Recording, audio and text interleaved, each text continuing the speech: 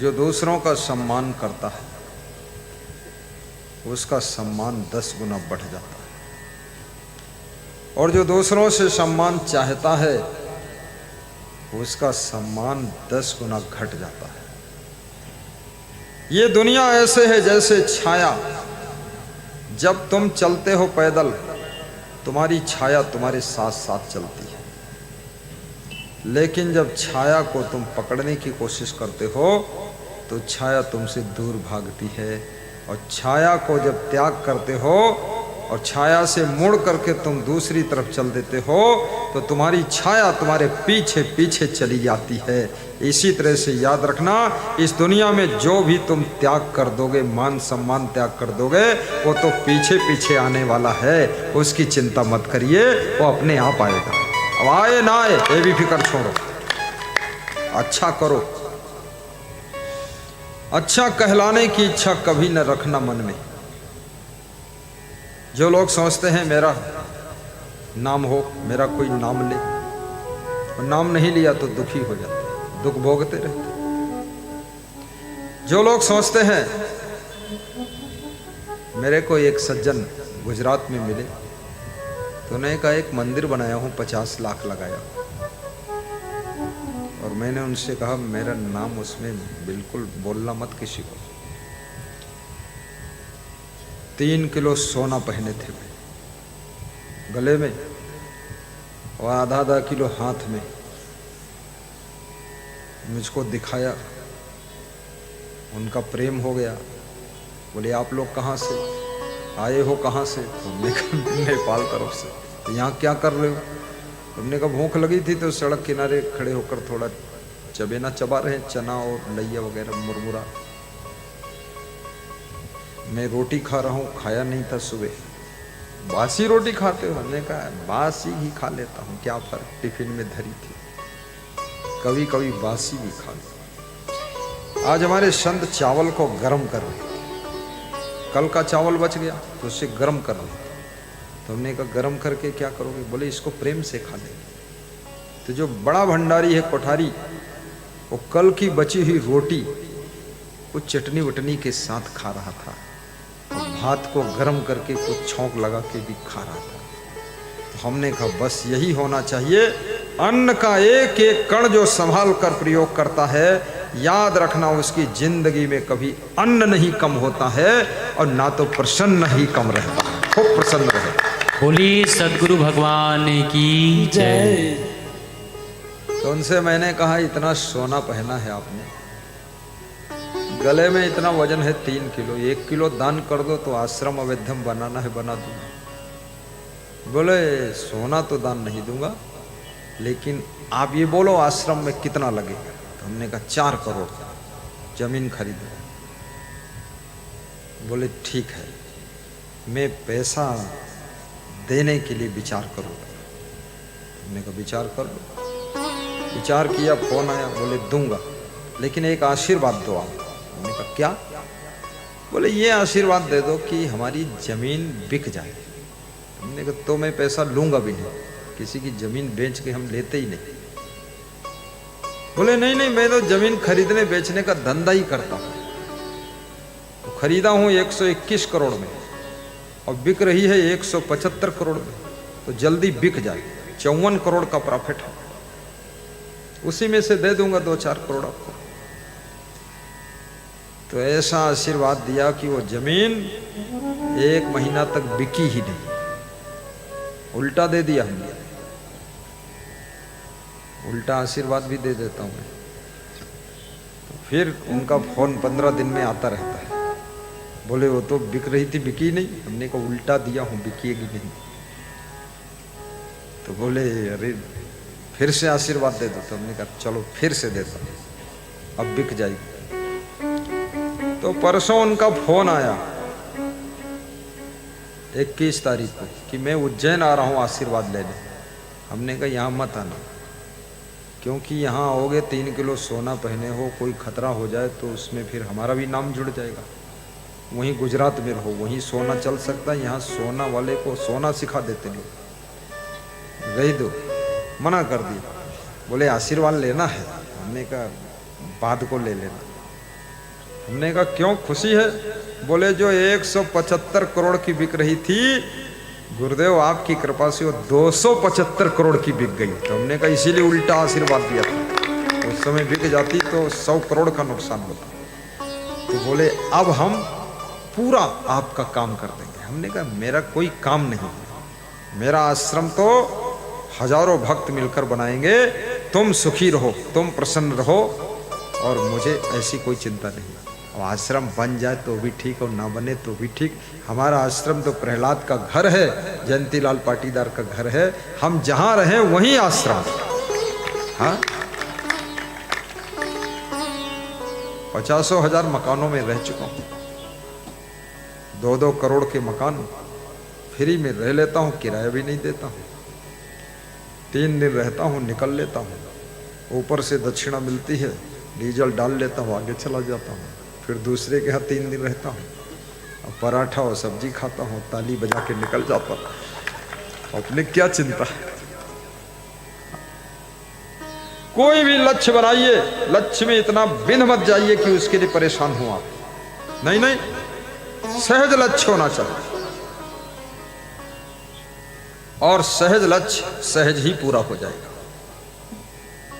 बस मन में महान गुरु का सुमिरन करो, स्मरण करो। ऐसे एक भक्त मेरे पास आए, बोले बेटी का विवाह होना है, थोड़ा अड़चन है, देर हो रही, तो आप एक फूल दे दो। तो हमने उनसे कहा आप गुलाब का फूल ले आओ, फिर हम उसको छू कर दे दे मंत्र पढ़ के। अरे बोले गुलाब नहीं, आप जो छू लो वही गुलाब।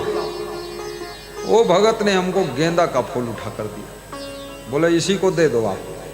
तो हमने उसी को दे दिया।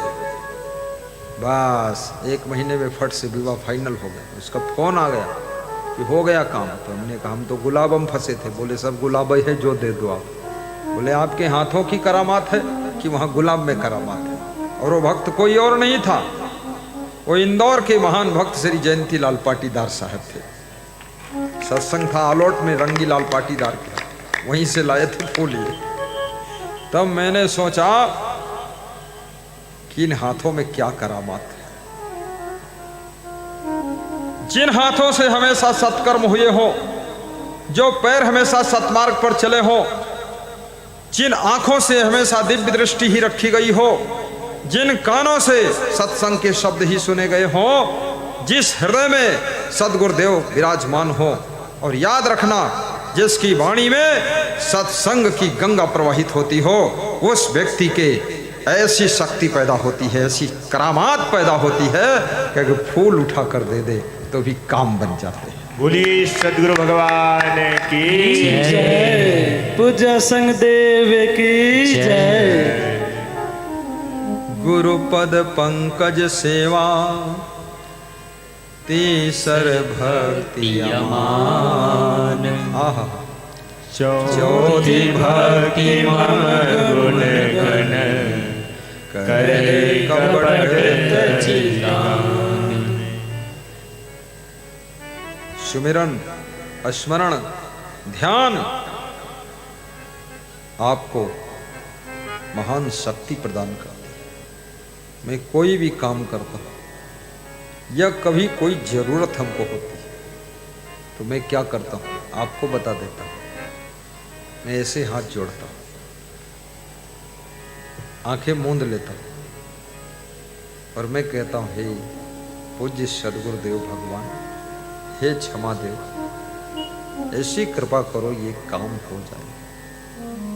आंधी आने वाली है तो भी मैं उनको हाथ जोड़कर बोलता हूँ 1 घंटे गुरुदेव आंधी ना आवे, कृपा करो।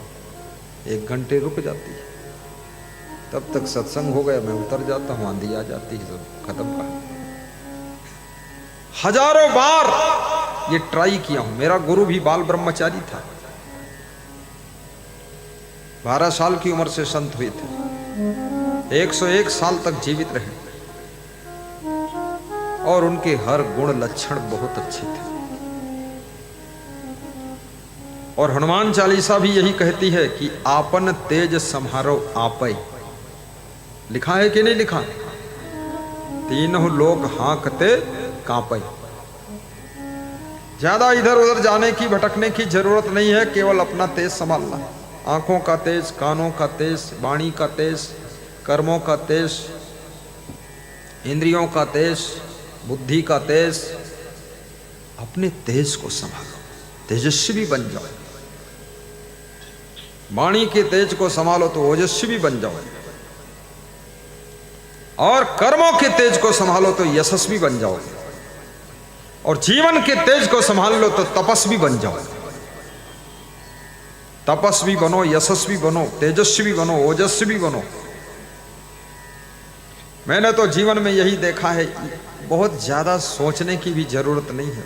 बस हनुमान चालीसा में प्रवेश करिए और वही चौपाई याद करिए, गुनगुनाइए कि अपन तेज समारो आपे, तीनों लोक हाँकते कापे, साधु संत के तुम रखवारे, असुर निकंदन राम दुलारे, सब सुख लाए तुम्हारी सरना, तुम रक्षक काहू को डरना।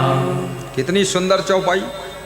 साधु संत के तुम रखवारे, साधु संत की रक्षा करना चाहिए।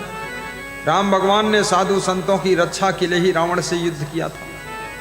सीता का हरण होना ये तो राम भगवान की प्री प्लानिंग थी। सीता का हरण रावण कहां कर सकता था, क्योंकि राम कहते थे हे संतो तुम साइड हो जाओ, अगर तुम्हारे कारण रावण का वध करूंगा तो संत बदनाम हो जाएगा, इसलिए मैं खुद का कारण बनाता हूं। मेरी धर्म पत्नी का ये हरण करेगा, सारी दुनिया इसको हंसेगी और उसके बाद मैं मारूंगा, तो तुम लोग अलग रहो। साधु संत का नाम धब्बा नहीं लगना चाहिए। साधु संत, इसलिए साधु संत को बहुत सावधान रहना चाहिए। हमारे आश्रम पर कलेक्टर आया तो मेरे से कहा गुरुदेव आप तो अंदर जाओ। हमने कहा क्यों, मीटिंग चल रही है। बोले हमको इन सब अफसरों को डपटना है, हमारी गुस्सा चढ़ी और तुम्हारे सामने हम बिल्कुल डाउन हैं, तुम हटो कि इनका हम डपटें कसके, ये धूर्त। तो हमने कहा डपट क्यों लगाओगे। बोले गुरु के आश्रम पर सत्संग है इतना बड़ा और यहाँ व्यवस्थाएं हमको दिख नहीं रही, कुछ ये अफसर सब ढीला है, तो डपट दूंगा ठीक रहेगा। तो मैं हट गया तो डपट रहा। डिसिप्लिन तो याद रखना, आपके अंदर बहुत बड़ा तेज है, आपकी वाणी में ओज है, आपके कर्मों में यश है और आपके जीवन में तपस्या है। कोई दुख आ जाए घर में, सहनशीलता का तप करना, उबना डूबना मत, विचलित मत होना, सहना। कभी शरीर में भी दुख आ जाता, कोई बीमारी आ जाती, कोई चोट लग जाती है, धैर्य रखना। अपने पति की सेवा प्रेम से करते रहना। दवा से कम ठीक होंगे, तुम्हारी सेवा से जल्दी ठीक होंगे। कभी बड़ी बीमारी आ जाए घर में, हिम्मत मत हारो, इलाज भी करो, परहेज भी करो और धैर्य रखो कि जरूर ठीक हो जाएंगे। मनोबल कमजोर मत होने दो। शरीर है तो बीमारियां आ सकती, घर है तो समस्याएं आ सकती, जिंदगी है तो संघर्ष आ सकता है, मन है तो कभी मन चंचलता कर सकता है, पर उसको संभालना ही सबसे बड़ी तपस्या है। और जिसने सब संभाल लिया वो संसार में सुख पाता है, शांति पाता है, यश पाता है, आनंद में जिंदगी जीता है। परिवार को भी संभालो, आश्रम संभालो, साधु संत को संभालो। कल मैं बाराबंकी जिले में देशराज वर्मा मंजू देवी के यहाँ प्रवचन कर रहा था। पधरौनी थी, पधरौनी में 3000 लोग इकट्ठे थे। बहुत बड़ा मंडप उन्होंने खुद लगाया, माइक लाए। केवल 2 घंटे के प्रवचन के लिए गोरखपुर से लोग आए, 200 300 रायबरेली जिले से, अमेठी जिले से, बलरामपुर जिले से, गोंडा जिले से, बाराबंकी जिला, सीतापुर जिला, लखनऊ जिला, 6-7 जिलों के लोग। हमने कहा इतना प्रेम यूपी में उमड़ पड़ा। यूपी के लोग बहुत कम आते थे पहले, पर इस साल पता नहीं क्या हुआ, उनका दिमाग फेल हो गया पूरा, दौड़ के आ रहे, बहुत प्रेम। और वहां पर जो साधु संत भी कुछ आ गए, मेरा नाम सुन के गुरु जी आ गए, सब साधुओं को दक्षिणा दिलवाया। एक साधु था, वो थोड़ा लंगड़ा रहा था, तो उसको हमने ज्यादा दिया, खुद हजारों रुपये दिए। हमने कहा थोड़ा दवा कर लेना। वो बोला आप हमको बहुत मानते हो। तो हमने कहा आप जानते नहीं हम कितना मानते हैं, हम पूरा ही मानते हैं और सबको मानते हैं और तुमको भी मानते हैं। और जिसको जो जरूरत है हम पूरी कर सकते तो दे देते हैं। श्रद्धा। संत कोई कमजोर भी हो, थोड़ा सामान्य भी हो, कभी उसकी हंसी मत उड़ाओ, बस संत में संत के गुण होना चाहिए। भगत कोई कमजोर भी हो, भगत का ख्याल रखो। याद रखना, एक संत की सेवा करने से 1000 मनुष्यों की सेवा का फल मिलता है। एक गाय की सेवा करने से लाखों पशुओं की सेवा से ज्यादा फल मिलता है। और बच्चों की सेवा करने से भगवान कृष्ण खुश होते हैं। और याद रखना, बंदरों की सेवा करने से भगवान राम खुश होते हैं। और ये भी याद रखना, नारियों का सम्मान करने से, मर्यादा का पालन करने से भगवान राम आपको गोद में बिठाना चाहते हैं, जैसे जटायु को गोद में उन्होंने लिया था। इसलिए माताओं बहनों का आदर रखना।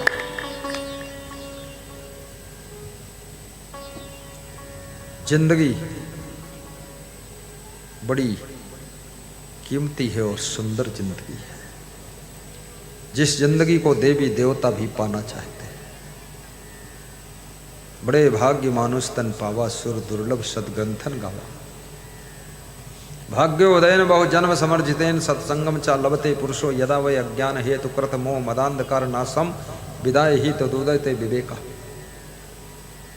जब बहुत भाग्य उदय होते हैं तब मनुष्य का शरीर मिलता है, और पुण्य उदय होते हैं तब सत्संग मिलता है, और सत्संग से विवेक मिलता है, और विवेक से जीव को मुक्ति मिल जाती है।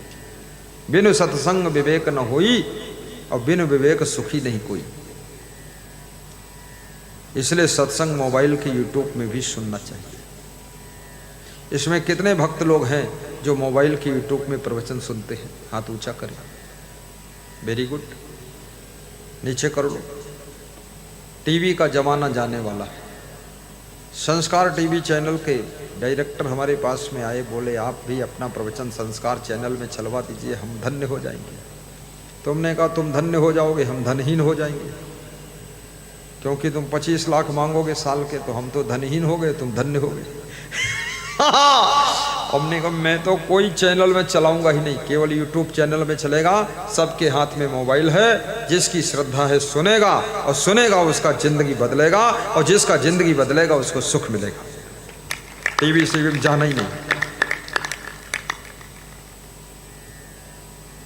विज्ञान का चमत्कार, मोबाइल सबके हाथ में, जब चाहो तब प्रवचन सुनो साथ में।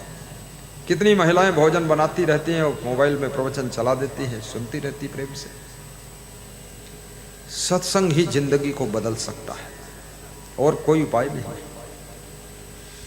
प्रथम भगति संतन कर संगा, दूजे रति मम कथा प्रसंगा। प्रथम भगति संतन कर संगा। आग के संग में बैठो गर्मी मिलती, फूलों के संग बैठो खुशबू मिलती। सोचिए। और गंदे नाले के संग में बैठो तो बदबू मिलती है। शराबी के संग में बैठो, जब पुलिस आती है तो 2 डंडे मिलते हैं। और जुआरी के संग बैठो तो पुलिस के 2 थप्पड़ मिलते हैं। और भगत के संग बैठो तो प्रसाद जब बंटता है तो 2 लड्डू मिलते हैं। और गुरु के संग में बैठो तो सम्मान में पहनने को माला मिलता है। इसलिए संगत का चुनाव भी सोच समझ कर करना। हर बहू को किसी गलत स्त्री की संगत नहीं करना चाहिए। ऐसी स्त्रियों की बातें मत सुनो जो स्त्रियां हे बहू रानी तुमको ये समझाती हैं इतना काम मत किया करो। जो स्त्रियां ये समझाती हैं तुम दिन रात क्यों मेहनत करती हो। जो स्त्रियां ये समझाती हैं अरे सासू की सेवा इतनी क्यों करती हो। जो स्त्रियां ये समझाती हैं कि थोड़ा घूमने चला करो, उन स्त्रियों की संगत छोड़ देना। वह स्त्रियां तुम्हारी हित चिंतक नहीं है, वह स्त्रियां तुमको चिंता की आग में ढकेलने वाली है। उनसे दूर हो जाइए, चाहे वो रिश्तेदारों के घर से आई हो चाहे पड़ोसियों के घर से आई हो, उनका साथ छोड़िए। आप स्वयं के विवेक से काम करिए। बहू रानी तुमको मिली जवानी तो सुन लो मेरी कहानी। दौड़ दौड़ करके काम कीजिए, क्योंकि हमेशा नहीं रहेगी जवानी और हमेशा नहीं रहोगी बहू रानी। तुम भी बनोगी एक दिन माँ और फिर बनोगी सासू रानी, और फिर समझ लेना दौड़ नहीं पाओगी, ये सच्ची है कहानी। इसलिए बहू रानी आज से दौड़ दौड़ करके काम करो और भर के लाओ पानी, अपनी सासू को पिलाओ। कितने लोग जवानी में भी ऐसे चलते हैं जैसे 90 साल का डोकरा। मैंने कहा ये क्या हो गया। अरे 18 साल की बहू 22 साल की बहू और ऐसे चल रही जैसे 60 साल की डोकरी जा रही। तेज हवा आ जाए उसी मुड़ गई। बहुत रोग दोग पाल रखा फालतू। नहीं नहीं, साधु संत को भी मेहनत करना चाहिए। मेरे से बहुत लोगों ने कहा है आप मेहनत बहुत करते हैं। मैंने कहा करता हूं, कर चुका हूं और करूंगा। जब तक सांस है तब तक आस है, विश्वास है, प्रयास है। याद रखना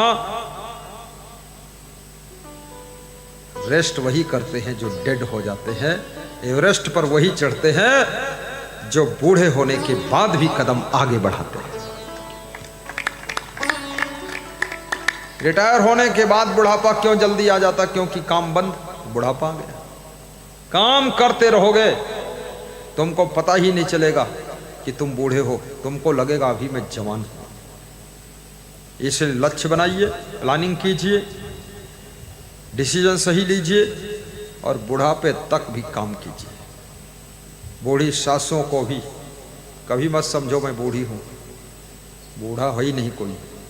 सब 90 साल की उम्र में तेनजिंग ने एवरेस्ट की चोटी पर झंडा गाड़ा था, पहाड़ पर चढ़कर गए थे।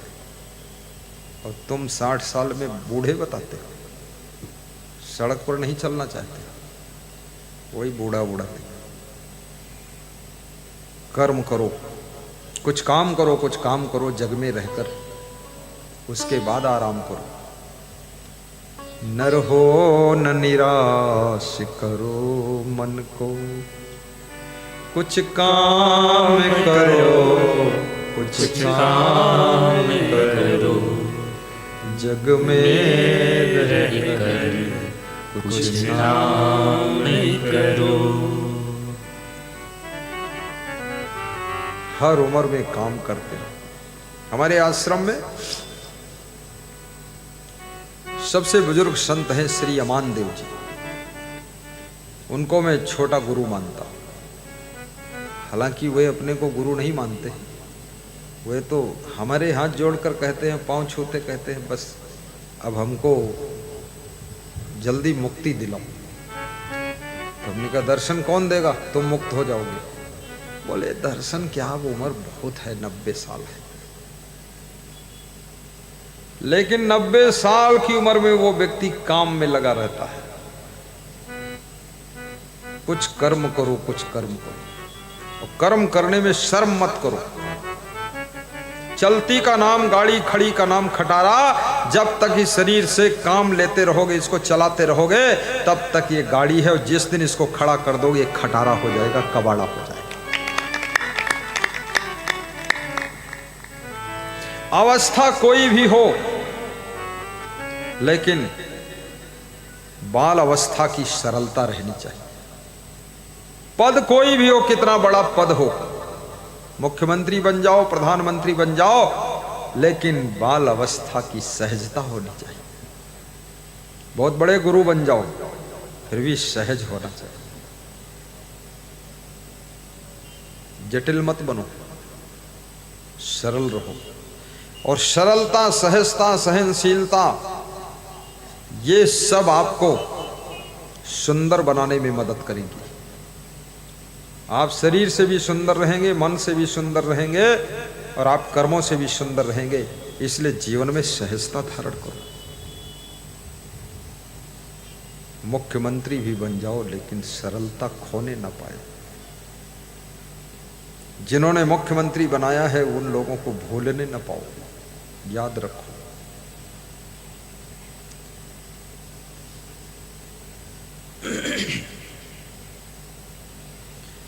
सरल स्वभाव न मने कोटि लाई, यथा लाभ तो श्रेष्ठ दाई। राम कहते हैं मेरा भक्त वही है जो सरल स्वभाव है, यथा लाभ में जो संतुष्ट है, जिसके मन में कुटिलता कपट नहीं है, जो सरल है। राम कहते वही भक्त है। सरल स्वभाव बनाइए, सहज कर्म कीजिए, दानी भी बनिए, निर्माणी भी बनिए, और अपने भाइयों का भी आदर करिए। जेठानी का भी आदर रखो, देवरानी का ख्याल रखो, सास ससुर को सम्मान से भोजन खिलाओ, माता पिता को इतना आगे बढ़ो कि तुम्हारे नाम से माता पिता की पहचान। राम के नाम से दशरथ को जाना जाता है, दशरथ के नाम से राम को नहीं जाना जाता है। कृष्ण के नाम से नंद बाबा, देवकी यशोदा, गोकुल वृंदावन मथुरा को जाना जाता है।